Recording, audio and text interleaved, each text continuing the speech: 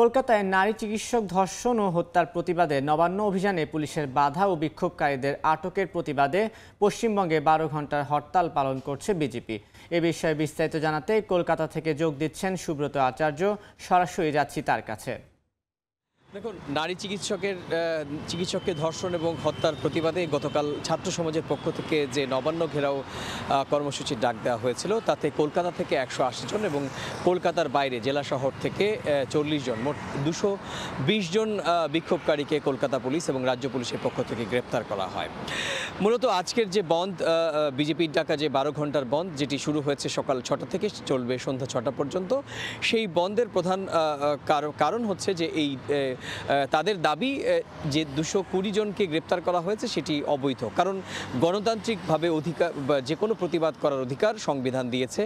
এমনকি এই চলমান এই পরিস্থিতিতে আপনি জানেন যে সুপ্রিম কোর্টও বলেছে যে অহিংস যে কোনো প্রতিবাদ কর্মসূচি চলতে পারে এবং তাতে পুলিশের কোনো বাধা প্রয়োগের সুযোগ নেই। গতকাল আমরা দেখেছি যে বিভিন্ন জায়গায়, বিশেষ করে কলকাতার দিকে আমরা দেখেছি হেস্টিংয়ে এবং হাওড়ার দিকে আমরা দেখেছি সাঁতরাগাছিতে যে নজিরবিহীন ঘটনা, কার্যত রণক্ষেত্রের চেহারা নেয়। কলকাতা পুলিশকে কার্যত কালঘাম ছুটতে হয়েছে। আপনি জানেন 7,000 কলকাতা পুলিশ ছাড়াও রাজ্য পুলিশ এবং বিভিন্নভাবে প্রায় 14,000 পুলিশ গতকালকের এই কোট অ্যান্ড কোট অরাজনৈতিক ছাত্র সমাজের ডাকা এই প্রতিবাদকে প্রতিহত করার জন্য সংঘবদ্ধভাবে তাদের দেখা গিয়েছে। এবার আসি যে কোট অ্যান্ড কোট অরাজনৈতিক যে ছাত্র সমাজের পক্ষ থেকে ডাকা যে কর্মসূচি গতকাল কলকাতা নগরী যেভাবে রণক্ষেত্রের সাক্ষী হলো, সেই অরাজনৈতিক যে ছাত্র সমাজের যে অরাজনৈতিক কর্মসূচি সেটি সত্যিই অরাজনৈতিক ছিল কিনা, তৃণমূল কংগ্রেস এবং রাজ্য প্রশাসন বলছে না, মোটেও সেটি অরাজনৈতিক কর্মসূচি ছিল না। কারণ গতকালকে দেখা গিয়েছে যে বিক্ষোভকারীদের মধ্যে ছাত্র বা ছাত্রছাত্রীদের সংখ্যা অত্যন্ত কম ছিল এবং অপরিচিত, কলকাতা পুলিশের ভাষায় দুষ্কৃতিকারীরা, অপরিচিতরাই মূলত পুলিশকে টার্গেট করে অশ্লীল ভাষায় পুলিশকে প্রভোগ করা বা পুলিশ যাতে মারমুখো হয়, পুলিশ যাতে গুলি ছোড়ে সেই রকমভাবে চেষ্টা করা হয়েছে। যদিও কলকাতা পুলিশের পক্ষ থেকে চলমান যে বিভিন্ন ঘটনা বা প্রতিবেশী বাংলাদেশের যে ঘটনা, সেই ঘটনা থেকে শিক্ষা নিয়ে মূলত আমরা দেখেছি যে কলকাতা পুলিশের একটি সহনীয় যে মনোভাব সেটি কিন্তু শুরু থেকেই পরিলক্ষিত ছিল।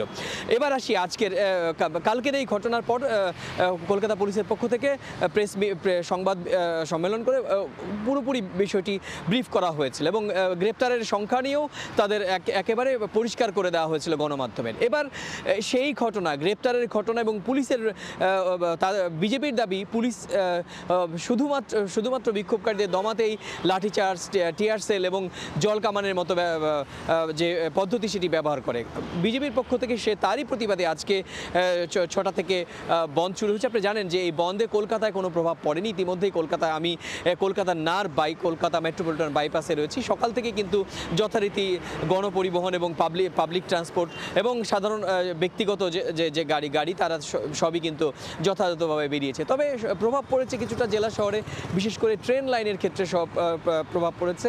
বনগা লাইন, যে বনগা লাইন দিয়ে আন্তর্জাতিক লাইন বলা হয়, কারণ ওখান থেকে প্রচুর সংখ্যক বাংলাদেশি পর্যটকরা বেড়াতে আসেন ট্রেনে, সেখানে বনগা লাইনে সকালে প্রায় 2 ঘন্টা ট্রেন অবরোধ করে রেখেছিল বিজেপি সমর্থকরা। একই রকমভাবে নদিয়া থেকে যে লাইন, গেদে বর্ডার থেকে যে লাইনটি শিয়ালদা মেন লাইন বলা হয়, ব্যারাকপুরের ক্ষেত্রেও বিজেপি সমর্থকরা, বিক্ষোভকারীরা কিন্তু রেল অবরোধ করে রেখেছে এখনো পর্যন্ত, সেটি খবর। রাজ্য পুলিশের পক্ষ থেকে সর্বাত্মক বন্ধকে ব্যর্থ করার জন্য রাজ্য পুলিশের পক্ষ থেকে যেরকমভাবে নোটিফিকেশন জারি করা হয় সেরকমভাবে জারি করা হয়েছে নবান্নের পক্ষ থেকে। নবান্ন এবং রাজ্য সরকারের সমস্ত দপ্তরে যাতে 100% উপস্থিতি থাকে সেই বিষয়ে এর আগের মতো করেই নির্দেশনা জারি রয়েছে। পুলিশের পক্ষ থেকে কিন্তু কড়া সতর্কতা জারি করা হয়েছে। আপনি জানেন যে পুলিশের বিরুদ্ধে যাতে সাধারণ মানুষের মনে কোনো ধরনের নেগেটিভ সেন্টিমেন্ট তৈরি না হয়, সেই বিষয়ে কিন্তু রাজ্য সরকারের পক্ষ থেকে আমরা দেখেছি বারবার এটিকে জানানো। কারণ সাধারণ মানুষের সেন্টিমেন্টকে সামনে রেখে কোনো রকমভাবে সরকার বিরোধী আন্দোলন যাতে দানা বাঁধতে না পারে, সে বিষয়ে কিন্তু রাজ্যের প্রশাসন এবং রাজ্য সরকারের শাসক দল তৃণমূল কংগ্রেস কিন্তু কৌশলী ভূমিকা পালন করছে। অন্যদিকে এই নারী চিকিৎসককে ধর্ষণ এবং হত্যার ঘটনায় সাধারণ মানুষকে সেন্টিমেন্টকে কাজে লাগিয়ে বিরোধীরাও কিন্তু মমতা প্রশাসনের উপর চাপ প্রয়োগ করার কৌশল নিচ্ছে। তো এই ছিল আমার কাছে পশ্চিমবঙ্গে 12 ঘন্টা বন্ধের আমার কাছে থাকে এখন পর্যন্ত সবশেষ তথ্য। এতক্ষণ সরাসরি যুক্ত ছিলাম কলকাতায়।